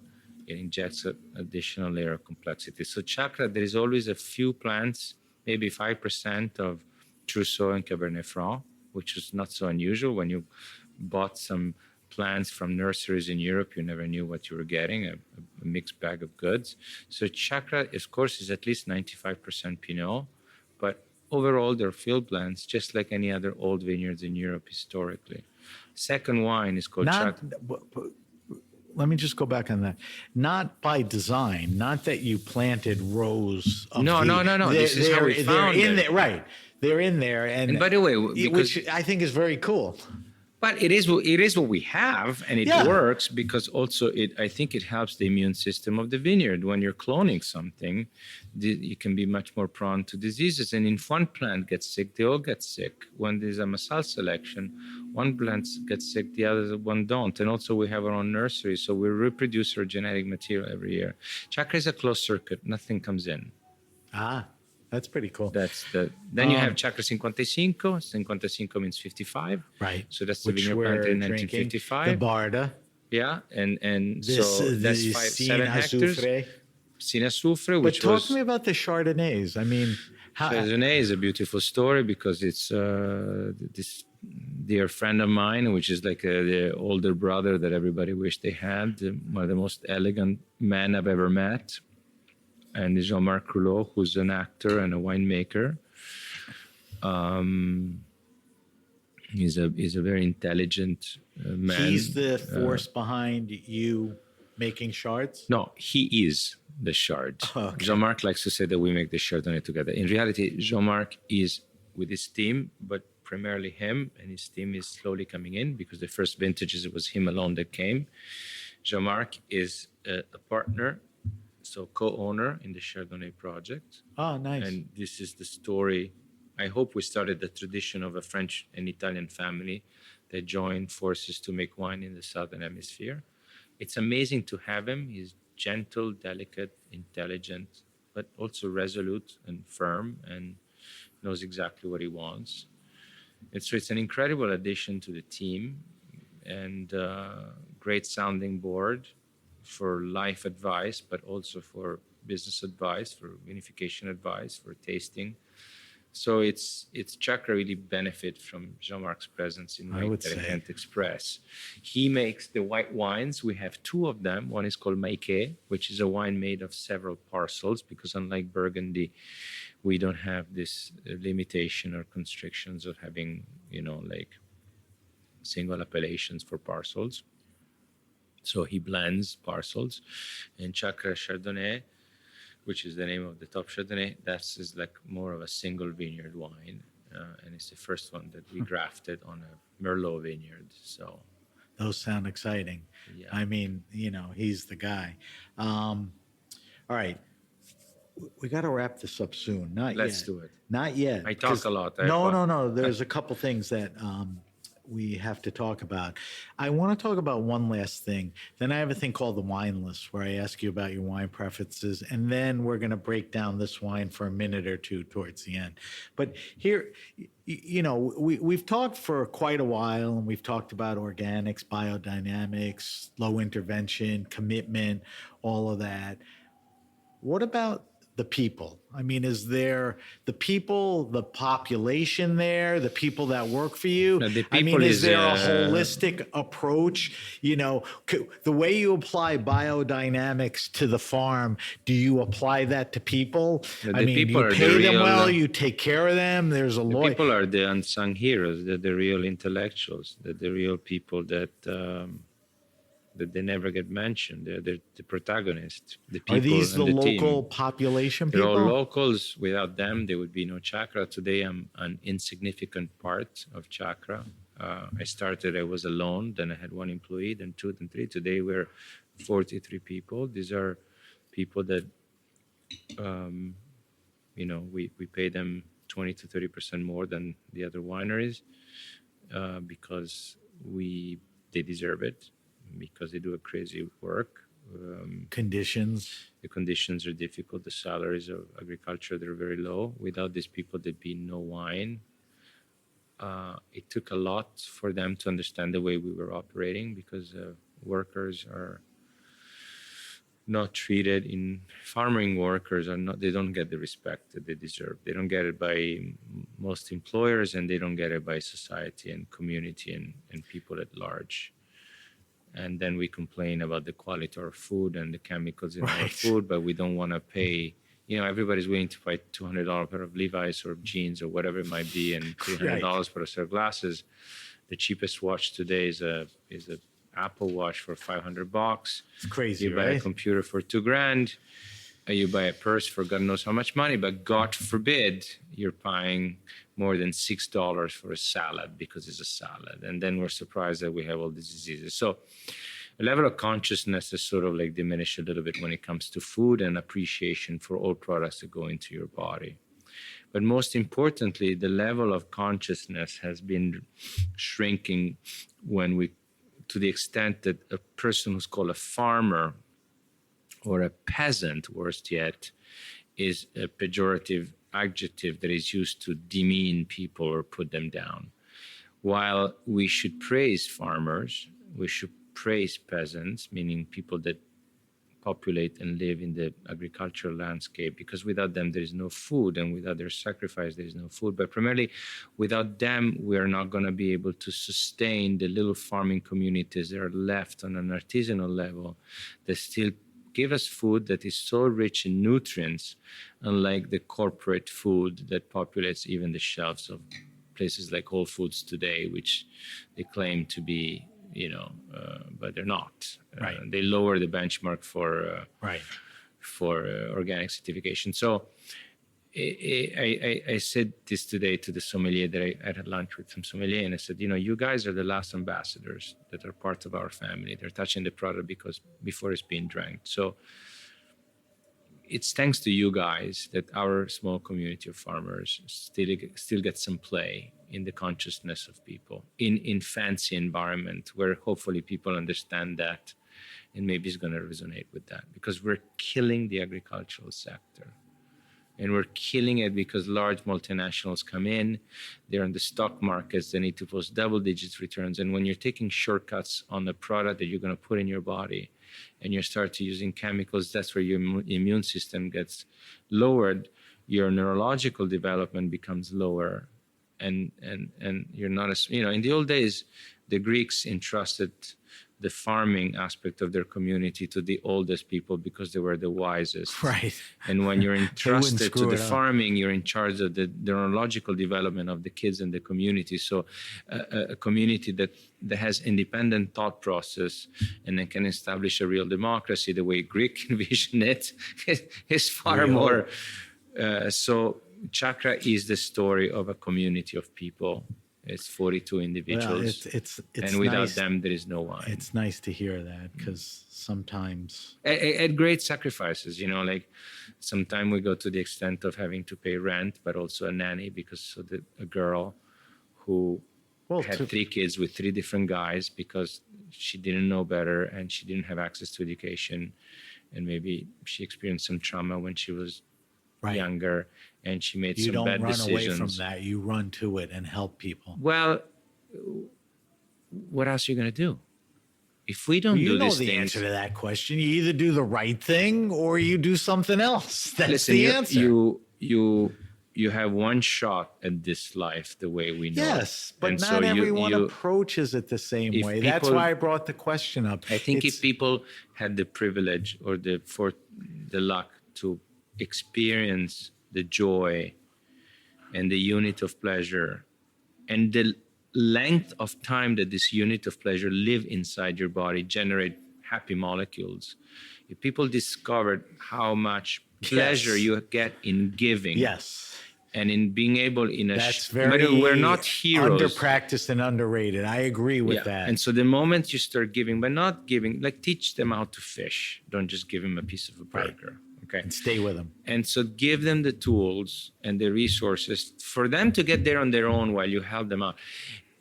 Your heart is bursting with happiness, and there is no watch, car, or anything else that can get to that level. And the shelf life of that happiness is longer. So it's a win-win-win-win-win. I agree. The privilege is to be able to experience that once in your life so you can repeat it. And it's a privilege because most people can't. They wake up in the morning, they got to work. Right. And they're stuck in this. But you have to have the mindset to. But also living outside of a capitalistic system where you do get to experience community and you do get to connect. Patagonia. All right. We're going to leave it there, and we're going to do two more things before I let you go. We're going to do our wine list. Yeah. I do this every week with every guest. We've done it over 300 times. We've asked every guest the same 5 questions. Be spontaneous. Yes. Don't be long-winded. Let's get through this quickly, all right? Sure. Sit on your hands, will you? Yeah, I'm sitting on my hands. So the first question is, what are you drinking now? Now we're sitting on your hands is a dead Italian. You know, if an Italian sits on his hands, how can he speak? Oh my God, they lose oxygen. What are you drinking now? Like, is there anything you're curious about, interested in? Are you sick of wine? You're drinking beer? First of all, I always drink beer at the end of a winemaking day. Okay. I drink champagne. I drink Chablis. I drink Spanish wines. I drink also Raj wines. These are the latest things that I've drank. Which, the Phelan Farm? Phelan Farm. I am in love with this Gamay Trousseau blend. I'm in love with this. I trust them with any of those varietals. They're delicious. Yeah. I had them and I just ordered them again from a friend of mine whose name is Cassidy. He owns this restaurant called Casa Lassa in Ibiza. And they're delicious. And champagne, small growers. Champagne, Chablis, Raj's wines. Yeah, and Spanish. Spanish. Yeah. All right, those are great answers. Second question. It's sort of the goofiest, but not with you, because I know you love to cook. I mean, we talked about how important food is and all of that. Yeah. So this question is perfect for you. Your favorite wine and food pairing, not what you and I think is the best ultimate. What do you think? What do you ooh and ah at? Like, Sauvignon and chicken. Sauvignon and chicken? Yeah, even some Chenin and chicken. Yes. Really? I like to... Not Pinot. Are we talking roasted chicken? Well, you're telling me to go off the beaten path. Which one is it? Make up your mind. I'm a little stunned here. But roasted chicken... Do you want me to tell you what I want to tell you, or you want me to tell you what you want me to tell you? Look at me. Answer the question the way it's asked. Is this a roasted chicken? Yeah, roasted chicken and with a little bit of Sauvignon. lemon and some ghee on top, or butter and a little rosemary and lemon underneath. Sauvignon or go back. Why does that work? What is it about? Salinity in the Sauvignon and density of the wine. I think Chenin can be drank at room temperature and is very rewarding. Density of the wine. I find it goes very, very well with white meat. I don't always want to drink red wine. Big fan of both. Yeah. I don't think anyone's ever answered just it that like way. I can have Barda with roasted wild salmon. That's a good match too. I like to cross things. I don't like to stick on this lane. No convention, right? Yeah. You do what you want. Yeah. I think that's fair too. I think salmon and Barda is probably really. It's delicious. Pairing. Yeah. Yeah. All right. Third question. So I ask this to everyone because I have the benefit of sitting across from great people, and I'm curious. Favorite wine restaurant and or bar? Now, I just want to disclaim that for you. I'm not asking you to rank things or pick your favorite. I don't want friends to come up to you, God willing, and say, I heard the podcast. Why didn't you mention my restaurant? I want you to think about But for me, restaurants where the wine service, the wine selection, the vibe, the knowledge of people. What's like just a cool, comfortable place to walk? It could be a restaurant, could be a wine bar. But look, recently we came to New York with my team for the James Suckling event. So I relate my experiences not necessarily to the best wine list, but also to the atmosphere, the quality of the food. That because all for works me, for wine me. is a cultural experience, and it doesn't live on its Who own. does that well? It's as Richard Betts qualified it. It's groceries. It's a good line. But it is. You buy your bread, you buy your meat, you buy your wine. This is how people in Italy shop. But so I'm gonna give you from the most obvious to the least obvious, maybe. So I recently moved to Ibiza. I have a 5-year-old, and that's what my wife picked as a spot. And then I'm in Patagonia 6 months out of the year, and then I travel to sell wine or whatever. But so the first restaurant, it's because he's an amazing person. I love him to death, and he's one of the best, and is Le Bernardin. I had the most spectacular food, but I went with my team. Le Bernardin, New York? Yeah, and I asked Aldo. I thought you were going to say Ibiza or something. No, and I asked Aldo to pick the wines. And so Aldo and Eric may be the two most solid guys in the business. Yeah, but this is the thing. You're going to a 3 Michelin star restaurant, which is the most iconic restaurant in New York, where you have a sommelier that consistently punches above his weight. And Aldo, without trying, by the way, that's a natural thing of Aldo. With an intellectual generosity and kindness, without an ounce of an ego, and with Mr. Rupert food combined with Aldo's pick, we had the most incredible experience. And we didn't spend a lot of, probably Eric Rupert is going to hate my comment. We didn't spend a lot of money in wines because Aldo gave us great wines that were off the beaten path. We did not drink one label that night. I had my Patagonian team. I said, these boys, they want to discover. And we went down Discovery Lane, and it was insane. So that's what happens when that caliber of a sommelier is in that caliber of restaurant. Right. Now, I love Il Buco. Who? Il Buco, yeah. Because they had a very cool wine list. The owner, Don, is a friend of mine, and Roberto is one of the smartest buyers out there. He's been around forever. The food's amazing. And the food is amazing, but you find quirky things. I used to go there with Ned and drink loads of Lopez Heredia when it still was relatively cheap. But you always find great things there, and there is not an attitude to it. I agree. And delta of pricing is very good. Of course, Bar Brutal in Spain, which is like very cool spot, natural wine, and they're great. But then the two of my favorite spots, because I live there, is Nudo, which is a seasonal restaurant in Ibiza, which had the sommelier of Bar Brutal, and UDO. Nudo. Primarily natural wines. If you tell them that you don't want to drink anything pretty stinky, much natural, right? Yeah, yeah. And you know, they have this great sommelier, and you can. I like everything, but lately with the kind of food, we drink some natural wines, and you tell them, I don't want bread, and I don't want stinky wines, and I don't want overly reduction. And there's some delicious stuff out there.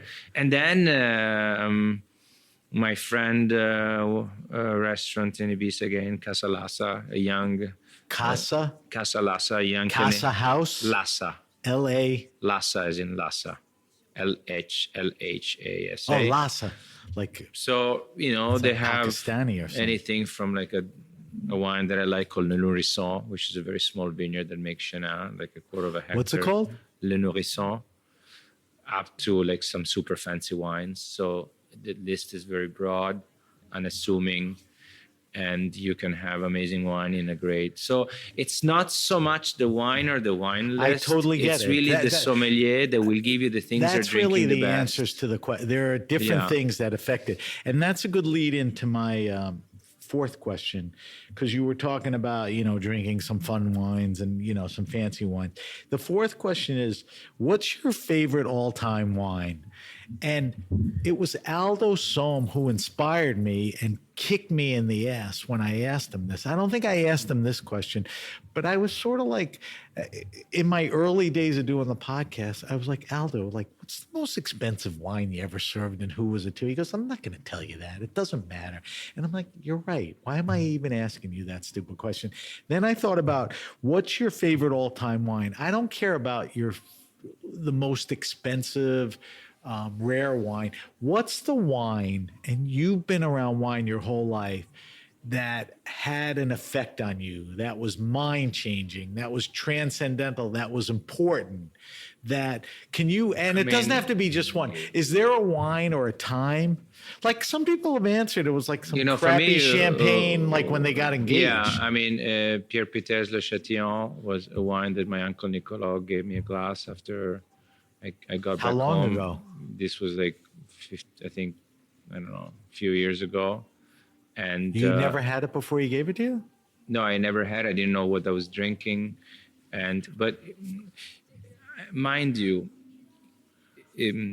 wines are linked to atmospheric pressure, temperature of the wine, container, vessel in which they're served, and your molecular state of mind. That's a little heavy, but keep going. And coupled with the light that surrounds you and the acoustics. So environment. Everything will impact you. If right now you walk out of this house and you win those $800 million lottery that I saw the other day, for which I bought tickets. Okay. I can give you a glass of warm Lambrusco. I like Lambrusco. And it's gonna, but cold. Yeah. And it's gonna be the best wine you ever drank. So I can go down memory lane and from.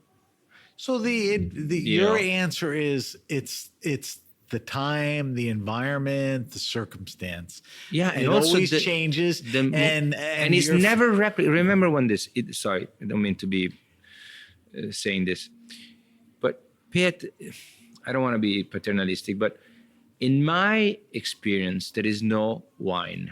There is only bottles of wine. What does that mean?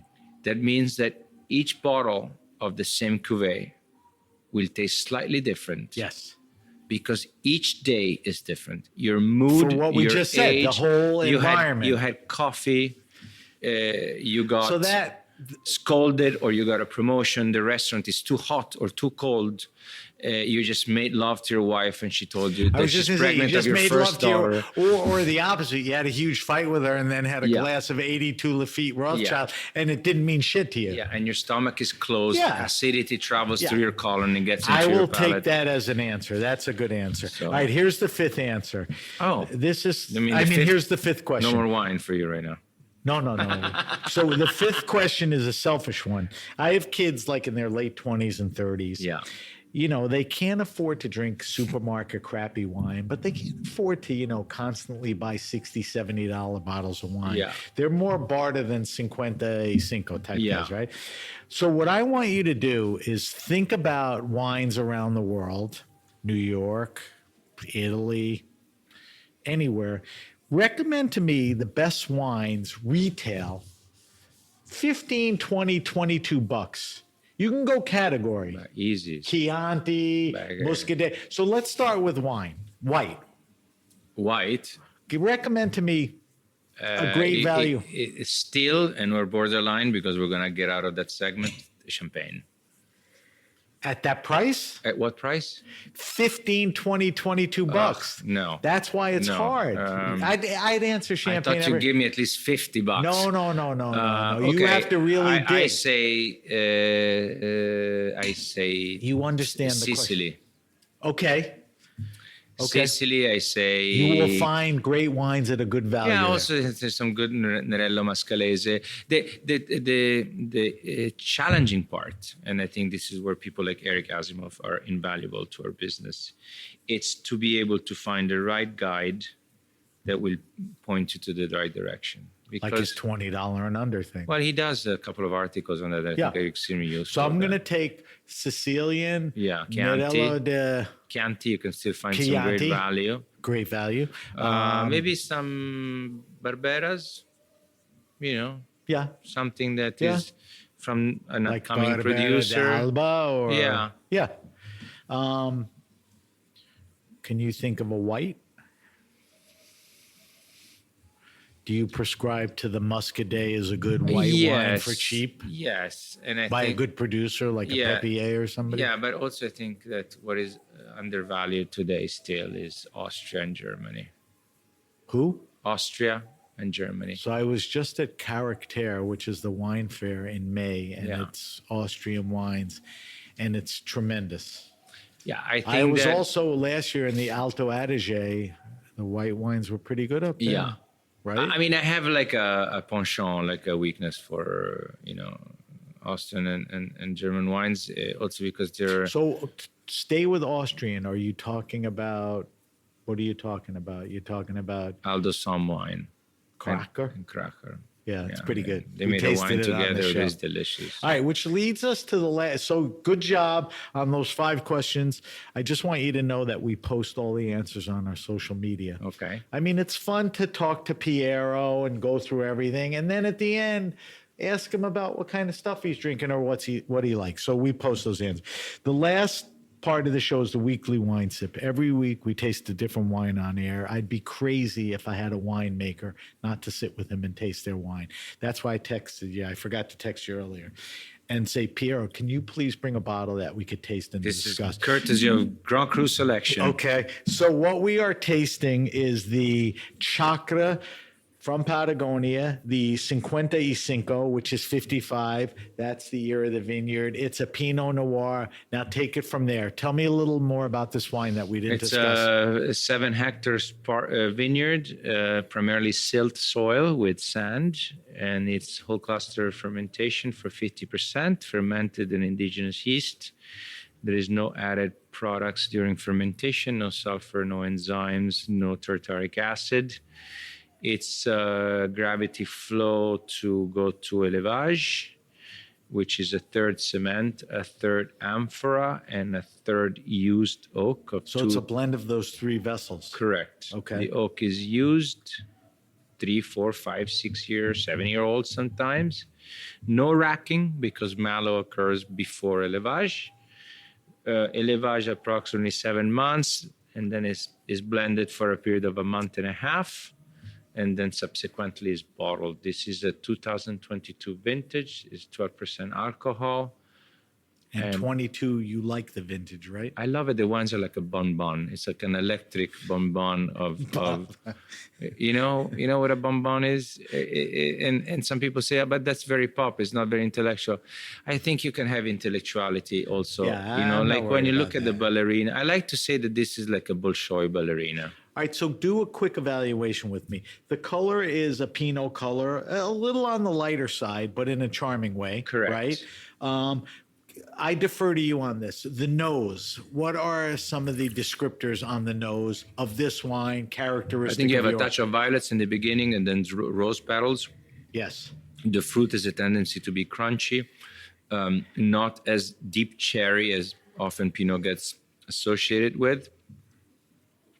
And the mouthfeel? The mouthfeel. I feel a medium umami. Plus. That's palate. Mouthfeel.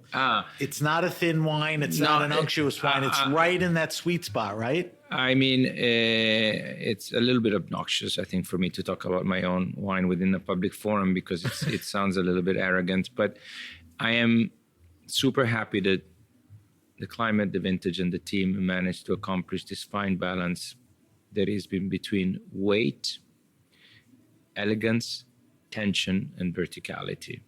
So at 12% alcohol, the weight sits perfect. It's between velvet and silk. It's not too thin. It stays in your palate for a minute and a half. So it's very, very long, but you really need to shrink the space between your tongue and your brain to identify that because it's not as obvious, it's not as evident, it's very delicate and is crunchy. So On the palate, does the you mentioned umami. I earlier mentioned savory, so it's there. Does the palate replicate the nose, or does the palate introduce other things? I think so, because the nose is very delicate. But there's nothing new on the palate different than the nose. I mean, besides the salinity that I don't think is as obvious in the nose, because this is a new vintage. So the lightness and the freshness and the crunchiness of the fruit dominates the nose, and the salinity is not yet obvious as the primary stage. As it's going to evolve into the secondary stage, maybe that nuanced salinity will maybe populate the nose a little bit more. Finally, we talked about wine and food pairings. This particular wine, this vintage, if somebody's intrigued by this and goes out and buys it and says, I'm going to serve this during a dinner, what would work well with this? Look, what would work well? I'll give you a commercial dish. The obvious is pork and chicken. Okay. Give me an outlier. I love two other things. Game, like pigeon. White game even better if it's a bird, but not too much, because they have the gaminess. It's good, but it has to be very, very limited. I had in this great restaurant in Miami 2 days ago, a Greek restaurant, Greek-Turkish restaurant, that the dish that looks like a pizza, but there's a touch of meat on top of it. Ground crumbled meat or cut up? And it's a Turkish dish. Right. It was insane. Well, it had to be the seasoning of the meat. It had to be the crust was amazing, right? Yes. It was everything. Yes. So, but even, that would be a cool dish with this. Oddly enough, whether it's a French or a Spanish dish, bouillabaisse, or the Spanish word of that, which is like boiled fish with a little bit of a sauce, which is butter based, and potatoes, steamed potatoes. It's a versatile wine. I would not have it with like dark, heavy meat. Bloody steak or whatever. Or wild boar. Yeah, which is a little gamier. All right, Piero, we got to wrap up. Let me do a quick wrap up, and then I want to get some info from you. So if you have a question, suggestion, wine happening, or event, hit me up at sam@thegrapenation.com. That's sam@thegrapenation.com. Subscribe to The Grape Nation podcast on Apple Podcasts, Stitcher, Spotify, Google Podcasts, wherever you get your pods. If you like the show, leave a review. Subscribe, because if you subscribe, you'll wake up and there will be Piero next to you in bed, ready for you to listen. Follow us on Instagram at SBenRuby, on Twitter X at BenRuby. I know it's two handles, but you can always find us at the hashtag The Grape Nation. We're on Facebook at The Grape Nation. As I mentioned, we'll post Piero's wine list, and I will give you information on the weekly wine sip, the 50 Cinco that we tasted. Piero, where can we, if people are like, whoa, this is unbelievable, where can I find more info? Do we go to the website? Yeah, it's pretty complete. There is all the technical sheets. It's very complete. And complimentary so of it's my wife. Chakra.com? Bodega. Chakra, CHACRA.com. Yeah. And on social media, a lot of people use Instagram. Yeah, we have a Bodega Chakra Instagram. Do you have a personal Instagram account that you like people? I did, but one night, paranoid of Big Brother watching you, they asked for my birth date, and I gave the birth date of a 2-year-old, so I got canceled from Instagram, and I've been trying to retrieve my account unsuccessfully. That's a good story. If anybody from Instagram is listening to this, I would like to have my account back. Oh my God. I promise I'll put my right age. Push yourself right out. All right. Before I shut this down, I want to tell everybody a couple of things, and I don't think you know this. This is one of the longest podcasts I've ever done. Ouch.